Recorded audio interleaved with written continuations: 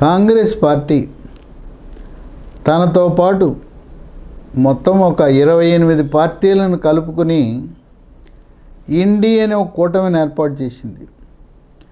ఎన్నికల ముందు ప్రధానమంత్రి మోదీ హవాను, బీజేపీ హవాను, ఎన్డీఏ హవాను అడ్డుకట్ట వేయడానికి చిన్న చితకా పార్టీలన్నీ కలిపి ఒక కూటమి, కాంగ్రెస్ ఆధ్వర్యంలో ఒక కూటమిగా ఏర్పడినాయి. దాంట్లో 28 పార్టీలు ఉంటే దాదాపు 20 పార్టీలకు శాసనసభల్లోనూ, లోక్సభ, రాజ్యసభలో ప్రాతినిధ్యం కూడా లేదు. నామకే వాస్తే పార్టీలు ఒక 20 ఉన్నాయి. సరే, దీనికి సమాంతరంగా 28 కాదు 30 పార్టీలతో ఎన్డీఏ కూటమి తన భాగస్వామ్య పక్షాలను బలోపేతం చేసుకుంది. పార్లమెంట్ ఎన్నికలకు ముందే ఒకప్పుడు ఇండి కూటమిలో భాగంగా ఉన్న జేడీయూ, జనతాదళ్ యు, నితీష్ కుమార్ ముందుగానే బయటకు వచ్చి భారతీయ జనతా పార్టీతో జట్టు కట్టి ఎన్డీఏలో చేరాడు. ఇక వీళ్ళ ధోరణి నచ్చక ఆమ్ ఆద్మీ పార్టీ పార్లమెంట్ ఎన్నికలకు ముందే పక్కకు తప్పుకున్నారు. మాకు పొత్తు వద్దు, ఈ కాంగ్రెస్ పార్టీ వాళ్ళు బిగ్ బాస్ వ్యవహారం లాగా ఉంది, వాళ్ళు ఇతర పార్టీలను ఆసరాగా చేసుకుని వాళ్ళు ఎదగాలని ప్రయత్నిస్తున్నారు, ఇది మా పార్టీలకు క్షేమకరం కాదని ఆమ్ ఆద్మీ పార్టీ ఢిల్లీ, పంజాబ్లో పక్కకు తప్పుకోవటం అనేది విశేషం. ఇక పార్లమెంట్ ఎన్నికల్లో ఇండి పార్టీ ఘోర పరాజయం చెందటం, ఇక అక్కడి నుంచి లుకలుకలు ప్రారంభమైనాయి, ఇక చీలికలు ప్రారంభమైనాయి. ఇండి కూటమి ముక్కలు చెక్కలు. ఇక మరీ ముఖ్యంగా హర్యానా రాష్ట్రంలో, మహారాష్ట్రలో ఘోర పరాజయం చవి చూసిన తర్వాత కాంగ్రెస్ పార్టీతో జట్టు కడితే మన నావ, మన పడవ మునిగిపోతుంది, మునిగిపోయే పడవలో ఉన్నాం మనం అని చెప్పి గమనించాయి ఇండి కూటమిలో ఉండే భాగస్వామ్య పక్షాలు. ఒక్కొక్కరుగా బయటకు వచ్చేస్తున్నారు. ఉత్తరప్రదేశ్లో సమాజ్వాదీ పార్టీకి చెందిన అఖిలేష్, ఆయన కాంగ్రెస్ కూటమి నుంచి బయటకు వచ్చి ఆయన లోక్సభ, రాజ్యసభలో కూడా కాంగ్రెస్ చేస్తున్న ఆ అల్లరి ఆందోళనలో భాగస్వామి కాలేదు. ఇక సమాజ్వాదీ పార్టీ అవుట్. ఇక తర్వాత టీఎంసీ, తృణమూల్ కాంగ్రెస్, పశ్చిమ బెంగాల్ దీదీ మమతా బెనర్జీ గమనించింది, కాంగ్రెస్ వాళ్ళు నన్ను వాడుకోవాలని చూస్తున్నారు, ఇక వాళ్ళు మునిగిపోయే పడవే అని చెప్పి గమనించి తృణమూల్ కాంగ్రెస్ కూడా కాంగ్రెస్ పార్టీ కూటమికి రామ్ చెప్పేశారు. లోక్సభ, రాజ్యసభలో అదానీ వ్యవహారంలో గగ్గోలు పెడుతుంటే కాంగ్రెస్ వాళ్ళు, ఈ కాంగ్రెస్ భాగస్వామ్య పక్షాలు ఏవి కూడా కాంగ్రెస్ వాళ్ళతో సహకరించటం లేదు. ఇక కాంగ్రెస్ ఒంటరిదైపోయింది. దక్షిణ భారతదేశంలో డిఎంకే కాంగ్రెస్కి బలమైన బంధం ఉంది, అవినాభావ సంబంధం ఉంది. ఎందుకంటే 2004-2014 మధ్యలో 10 ఏళ్ల యూపీఏ పాలనలో వీళ్ళు డిఎంకే పార్టీ అవినీతి కుంభకోణాల్లో ప్రధాన భాగస్వామ్య పార్టీ. అందువల్ల వాళ్ళు ఇంకా ఆ బంధాన్ని తెంపుకోలేకపోతున్నారు. అయినా ప్రస్తుత పరిస్థితుల్లో డిఎంకే పార్టీ కూడా కాంగ్రెస్తో కలిస్తే మనం కూడా ప్రజలు మనకు బుద్ధి చెబుతారు, ఓడిపోతామనే భయంతో కాంగ్రెస్ కూటమిని వీడి వాళ్ళంతగా వాళ్ళు రాజకీయం చేయాలని నిర్ణయం తీసుకున్నారు. ఇప్పుడు కాంగ్రెస్ పరిస్థితి అయోమయం, గందరగోళం. రాహుల్ గాంధీ వ్యవహార శైలి, ఆయనకి సరైన పరిజ్ఞానం లేకపోవటం, పటిమ లేకపోవటం. భారతదేశంలో రాహుల్ గాంధీ అంటే ఎవరైనా ఆయన పిలిచేది పప్పు పప్పు పప్పు అని పిలుస్తారు. ఆ విధంగా కాంగ్రెస్ పార్టీ జవసత్వాలను క్రమేణా భారతదేశంలో కోల్పోతూ ఉంది. ఇప్పుడు కాంగ్రెస్ పరిపాలన ఉండే రాష్ట్రాలు మూడే: హిమాచల్ ప్రదేశ్, కర్ణాటక, తెలంగాణ. జమిలి ఎన్నికలు 2029లో జరిగితే 2 రాష్ట్రాల్లో అధికారం కోల్పోవడం తథ్యం. 2029లో తెలంగాణలో కాంగ్రెస్ పార్టీ అధికారాన్ని కోల్పోయి భారతీయ జనతా పార్టీ అధికారంలోకి వస్తుందని అనేక సర్వేలు తెలియజేస్తున్నాయి. బీజేపీ అధికారంలోకి వస్తే తెలంగాణలో మొదటి ముఖ్యమంత్రి బీసీ ముఖ్యమంత్రి అవుతాడని భారతీయ జనతా పార్టీ అగ్రనాయకత్వం ఇప్పటికే ప్రకటించింది. అన్ని రకాలుగా అర్హుడైన పరిపాలన దక్షుడై టీఆర్ఎస్ పార్టీలో నంబర్ 2గా ఉంది. ఆయన రాష్ట్ర ఆర్థిక శాఖ మంత్రిగా, వైద్య ఆరోగ్య శాఖ మంత్రిగా విశేష అనుభవం గడించిన పరిపాలనా దక్షుడు, దార్శనికుడు, పిలిస్తే పలికే మనిషి ఈటెల రాజేందర్ ముఖ్యమంత్రి కాబోతున్నాడు 2029 ఊహాగానాలు ఉన్నాయి. తెలంగాణలో పరిస్థితి, అక్కడ జనసేన తెలుగుదేశం పార్టీ అవసరం లేదు. జనసేన తెలుగుదేశం పార్టీ అక్కడ మళ్ళీ బీజేపీతో పొత్తు కలిస్తే తెలంగాణ వాదాన్ని మళ్ళీ బతికించి కేసీఆర్ అక్కడ టైర్లు ఊడిపోయిన కారుకు మళ్ళీ పుంజుకునే అవకాశం వస్తుంది. కనుక జనసేన తెలుగుదేశం పార్టీతో తెలంగాణలో పొత్తు అవసరం లేదు, ఒంటరిగానే గెలవగలమని తెలంగాణ నాయకులు ఆత్మవిశ్వాసంతో తెలియపరుస్తున్నారు. అక్కడ తెలంగాణలో రేపు గెలిచేది ఒక విధంగా చెప్పాలంటే భారతీయ జనతా పార్టీ కాదు. అక్కడ హిందుత్వం అనే నినాదం బాగా అందుకుంది. అక్కడ హిందుత్వం గెలవబోతూ ఉంది. 85% మంది హిందువులు, 15% మైనారిటీలు. తర్వాత ఆ ఎంఐఎం ఓవైసీల యొక్క వ్యవహార శైలితో తెలంగాణ ప్రజలు విసిగి వేసారిపోయారు.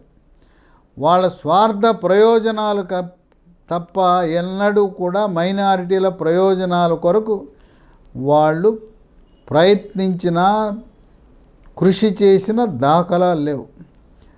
ఈ జమిలి ఎన్నికలతో పాటు 3వ వంతు మహిళల రిజర్వేషను, నియోజకవర్గాల పునర్విభజనతో ప్రస్తుతం ఉన్న 119కి అదనంగా 34 నియోజకవర్గాలు, ప్రతి లోక్సభ పరిధిలో 2 అసెంబ్లీ సీట్లు పెరగటం, ఆ విధంగా 119 నుంచి 153 నియోజకవర్గాలుగా తెలంగాణలో శాసనసభ సంఖ్య పెరగటం, నియోజకవర్గాల పునర్విభజన ప్రక్రియలో హైదరాబాదు పార్లమెంటులో మరొక 2 నియోజకవర్గాలు కొత్తగా ఏర్పడబోతున్నాయి.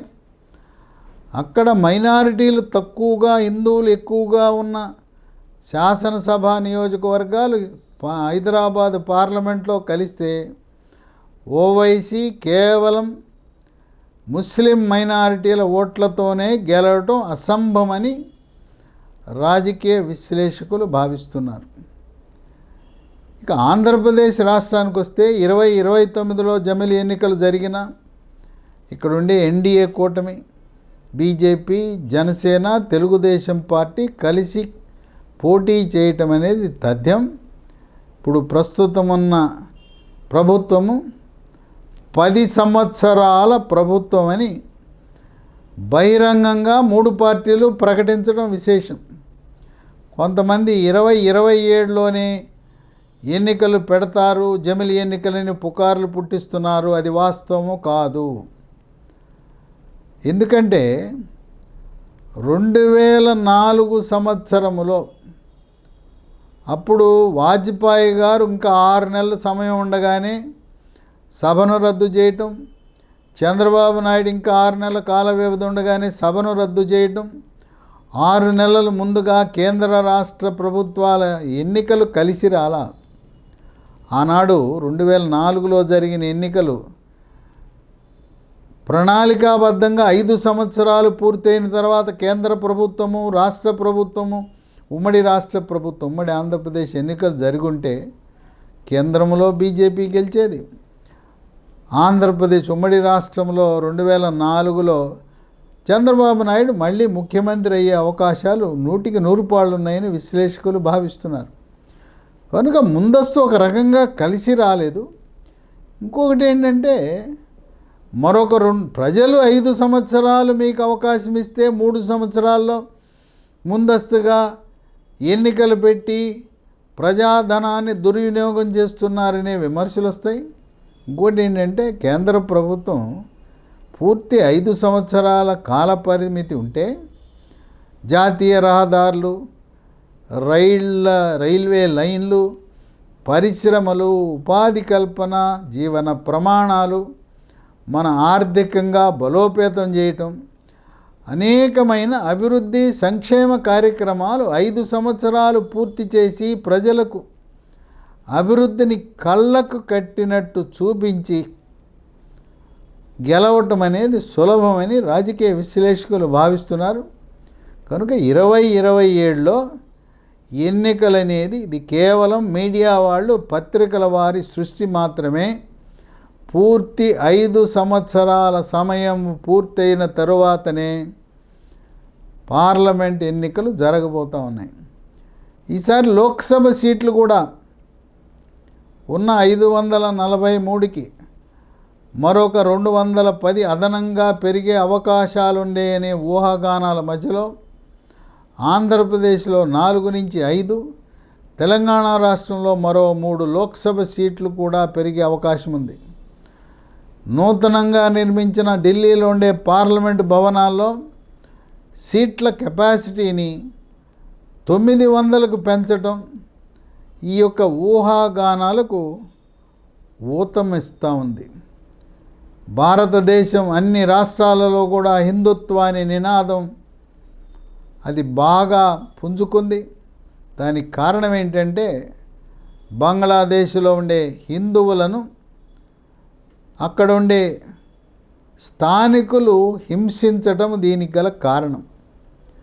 ఈ బంగ్లాదేశ్ వాళ్ళు దిక్కుమాలిన పరిస్థితిలో ఉన్నప్పుడు 1972లో భారతదేశం యుద్ధం చేసి పాకిస్తాన్ నుంచి కాపాడి వాళ్ళకి బంగ్లాదేశ్ ఒక స్వతంత్ర దేశంగా ఏర్పాటు చేస్తే ఈ రోజున బంగ్లాదేశ్లో అక్కడుండే పాలకులు హిందువులపై దాడులు జరుగుతుంటే నిమ్మకు నీరెత్తునట్టుగా చూస్తూ ప్రేక్షక పాత్ర పోషిస్తూ ఇవాళ బంగ్లాదేశ్ వాళ్ళ పని ఎట్టుందంటే తిన్న ఇంటికే వాసాలు లెక్కబెట్టిన సంధాన భారతదేశము ఆనాడు కష్టకాలంలో ఉండే బంగ్లాదేశ్ వాళ్ళని ఆదుకుని వాళ్ళకు కావలసిన ఆర్థిక సహాయం, సాంకేతిక సహకారం, అట్లాగే ఆహార ధాన్యాలు అంత చేస్తే ఈరోజు హిందువులను ఘోరంగా అవమానపరచడం, హింస పెట్టడం చాలా బాధాకరం. అది భారతదేశంలో హిందూ సమాజాన్ని ఏకం చేసి ఎప్పుడు ఏ రకమైన ఎన్నికలు జరిగినా కూడా భవిష్యత్తులో ఈ కులాల చిచ్చు లేకుండా హిందువులే గెలిచే విధంగా ప్రజలు సంఘటితమవటం అనేది విశేషం. కాంగ్రెస్ పార్టీ ఈ కులాల మధ్య కుంపడి పెట్టి బీసీలను కులాల వారీగా వేరు చేసి ఎస్సీలను విడగొట్టి విభజించు పాలించనే బ్రిటిష్ వారి సిద్ధాంతాన్ని అమలుపరుస్తూ మైనారిటీలకు మేమే ఛాంపియన్స్, మైనారిటీలను ప్రయోజనాలను కాపాడేది ఓన్లీ కాంగ్రెస్ మాత్రమే అని చెప్పి వాళ్ళ ఓట్లతో ఇప్పటి వరకు గెలుచుతున్నది. ఇక భవిష్యత్తులో అది అసాధ్యం.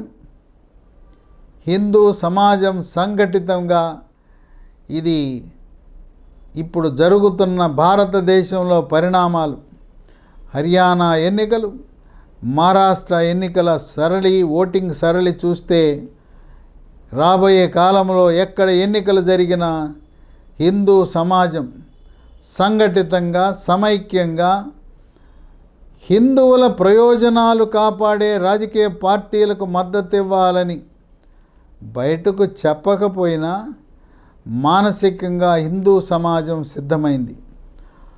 ఆ హిందువుల సంఘటిత శక్తి ఐక్యతే 2029లో తెలంగాణ రాష్ట్రంలోనూ కర్ణాటక రాష్ట్రంలో భారతీయ జనతా పార్టీని అధికారంలోకి తేబోతున్నాయి. అదేదో బీజేపీ పార్టీ బలం కాదు, హిందువుల యొక్క మనోభావాలను అర్థం చేసుకున్న రాజకీయ పార్టీగా దాని పట్ల సానుభూతితో ఉంటారు. కనుక భారతదేశం రాబోయే కాలంలో మళ్ళీ జమిలి ఎన్నికలు జరిగినా కూడా ఎన్డీఏ కూటమి భారతీయ జనతా పార్టీ యొక్క పరిపాలనకు ఏమాత్రము ఇబ్బంది ఉండదని రాజకీయ పార్టీల విశ్లేషకులు భావిస్తున్నారు. ఈ రోజున కాంగ్రెస్ పార్టీ పరిస్థితి అధోగతి పాలు, అయోమయం, గందరగోళం. భాగస్వామ్య పక్షాలు ఒక్కొక్కరుగా వీడి వెళ్ళిపోతున్నారు. ఒంటరితనం. ఉన్నాయి 3 రాష్ట్రాలు. ఆ 3 రాష్ట్రాల్లో కూడా వాళ్ళు ఇచ్చిన వాగ్దానాలు, ఆచరణ సాధ్యం కాని హామీలు కాంగ్రెస్ పార్టీ ఘోర పరాజయానికి కారణం కాబోతున్నాయని ఈరోజు జరుగుతున్న ఎన్డీఏ పాలన నీతివంతమైన పాలన, ప్రజారంజకమైన పాలన, పారదర్శకమైన పాలన, ప్రజల యొక్క జీవన ప్రమాణాలను మెరుగుపరచడానికి 2014లో ప్రధానమంత్రి మోదీ అధికారంలోకి వచ్చినప్పుడు భారతదేశం యొక్క ఆర్థిక పరిస్థితి ప్రపంచ దేశాల్లో 11వ ర్యాంకుగా ఉంది. నేడు 2024 వచ్చేసరికి అది మన ఆర్థిక శక్తి, మన ఆర్థిక వ్యవస్థ ప్రపంచ దేశాలలో 5వ ర్యాంక్ వచ్చింది. త్వరలో మరొక 2 సంవత్సరాల కాల వ్యవధిలో 26 వచ్చే నాటికి